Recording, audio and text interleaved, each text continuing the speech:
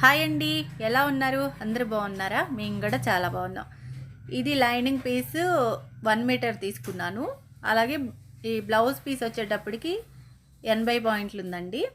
అది నేను ఎలా కట్ చేశాననేది చూడండి. బ్లౌజ్ సైజ్ వచ్చేటప్పటికైతే 34 ఇంచులు బ్లౌజ్ సైజ్ అండి. ఇది పొడవు వచ్చేటప్పటికి 14.5 అయితే ఉందండి ఖర్చుతో కలుపుకొని. అయితే నేను ఎలా కట్ చేశాననేది చూడండి. ఇదంటే మనకి లైనింగు పెద్ద పీసే అనమాట. లైనింగ్ మీటర్ తీసుకున్నాం కాబట్టి సరిపోతుంది. కానీ అది 80 పాయింట్లు వచ్చింది కాబట్టి దాన్ని మనం ఎలా అడ్జస్ట్ చేసుకొని కట్ చేయాలనేది చూడండి. నత్తొస్తుందనమాట ఒక్కొక్కసారి. కొంచెం చూసుకోండి. అర్థం కాకపోతే మళ్ళీ అడగండి.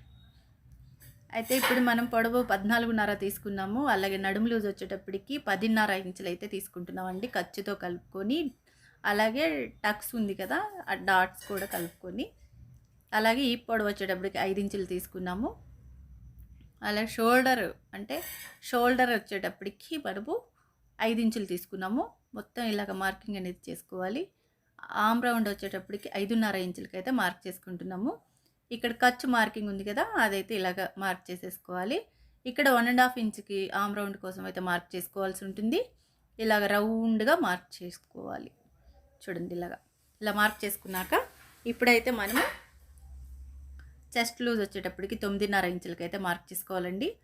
అలాగే మనం ఇక్కడ 9.5 ఇంచులకి అయితే ఒక మార్కింగ్ అనేది చేసుకుని ఇలాగా ఇక్కడ నుంచి మనము కటింగ్లోకి 2 ఇంచులు అయితే తీసుకుంటున్నాం పైవైపు. కింద వైపు వచ్చేటప్పటికి 2.5 ఇంచులకి అయితే మార్క్ చేసుకోవాలి. ఇలాగ లైన్గా ఒక గీత కొట్టేసుకుని రౌండ్ నెక్కే తీసుకుంటున్నామండి. చూడండి, మనం ఏ విధంగా అయితే మార్క్ చేసుకున్నామో ఇక్కడ నుంచి టక్స్ కోసం 4 ఇంచులకి, పొడవు కూడా 4 ఇంచులు తీసుకుంటున్నాం. ఇలా మార్క్ చేసేసుకొని చూడండి, ఇది టక్స్ మార్కింగ్ అనమాట. ఇలాగా మార్క్ చేసుకున్న దాని మీద నుంచి మనం కట్ చేసుకోవాలి. నెక్ అయితే నేను కట్ చేయట్లేదండి. నెక్ మనము కుట్టుకునేటప్పుడు కట్ చేసుకుందాం. ఇప్పుడైతే ఇలాగా, ఎందుకంటే మనకి హ్యాండ్స్లో జాయింట్ అనేది పడుతుంది. అలాగే నెక్ మనకి మెయిన్ క్లాత్లో కూడా జాయింట్ పడుతుంది. అది మనం ఆలోచనలో పెట్టుకొని ఏ ఒక్క పీస్ కూడా వేస్ట్ చేయకుండా జాగ్రత్తగా కటింగ్ చేసుకోవాల్సి ఉంటుంది. పీసులు కూడా మన బ్లౌజ్ పూర్తయ్యే వరకు కూడా పడేయకూడదు.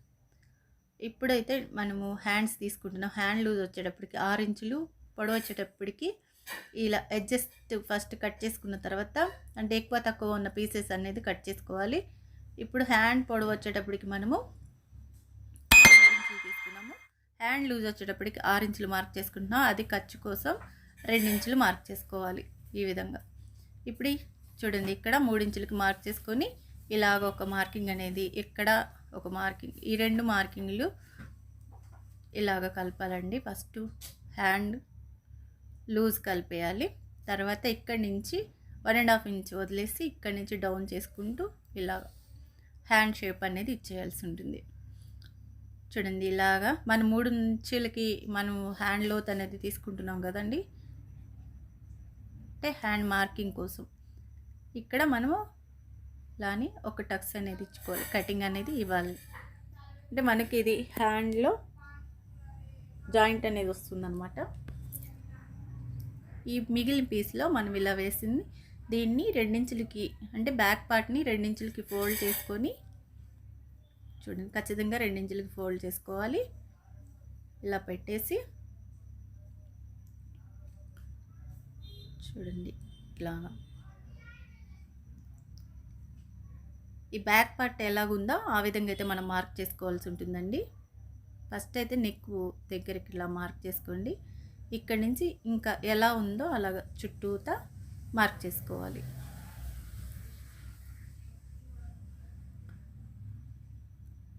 ఇలా రౌండ్గా.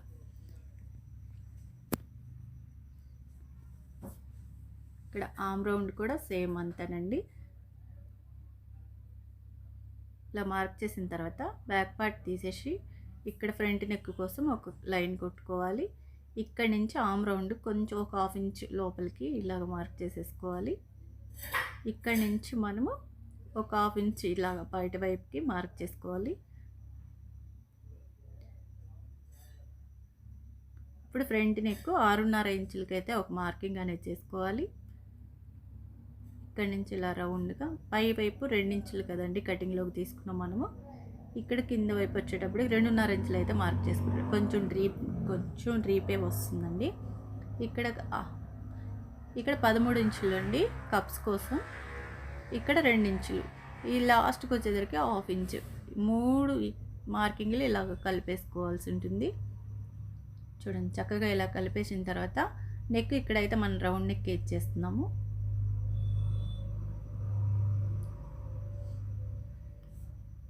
మనం ఏ విధంగా అయితే మార్క్ చేసామో అదే విధంగా కటింగ్ అనేది చేసుకోవాల్సి ఉంటుంది.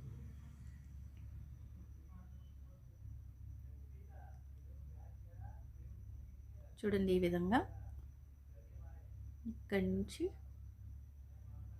ఇది ఆమ్ రౌండ్ లోత్ అనేది తీసామండి ఫ్రంట్ భాగానికి.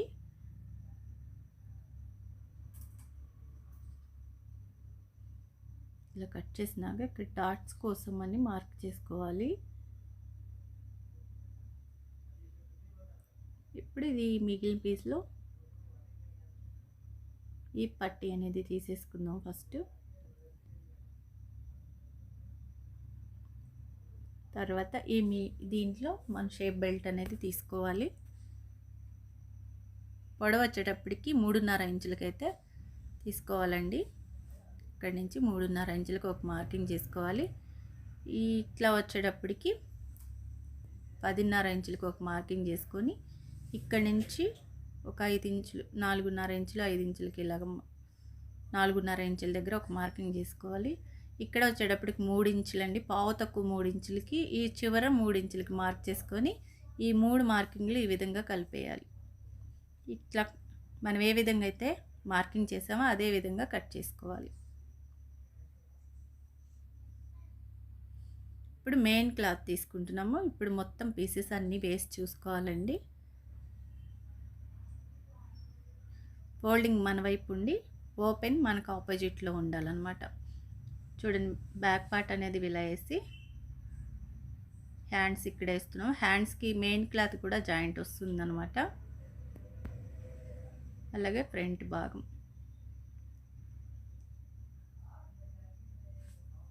ఇక్కడ షేప్ బెల్ట్ అనేది వేయాలి. షేప్ బెల్ట్ అనేది ఒక పీసే వస్తుందండి, ఒక్కొక్క పీస్ వస్తుందన్నమాట. మనకి ఇంతకుముందు డబుల్ పీసెస్ వేసేవాళ్ళమి, ఇప్పుడు ఒక్కొక్క పీసే వస్తుంది. ఎందుకంటే మనకి ఇది తక్కువ క్లాత్ కాబట్టి. ఇక్కడ ఖర్చు కూడా మనకి మెయిన్ క్లాత్ అనేది ఎక్కువ ఉండదు. చూడండి మనకి ఇంతకుముందు కటింగ్లో మనం ఎక్స్ట్రా క్లాత్ అనేది వదిలేసి కట్ చేసేవాళ్ళమి, దీనికైతే సమానంగా వస్తుంది. కొంచెం అంతే ఎక్కువ ఉంటుందన్నమాట. చూడండి ఈ విధంగా కట్ చేసుకోవాలి.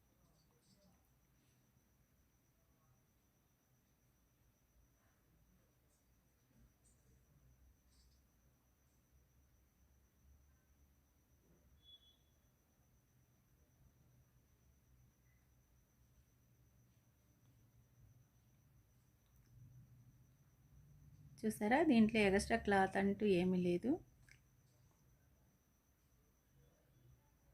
మనకి జాయింట్ వేసేటప్పుడు మనం నెక్ పీస్లో కొంచెం క్లాత్ వస్తుందన్నమాట, అది చూసుకొని వేసుకోవాలండి.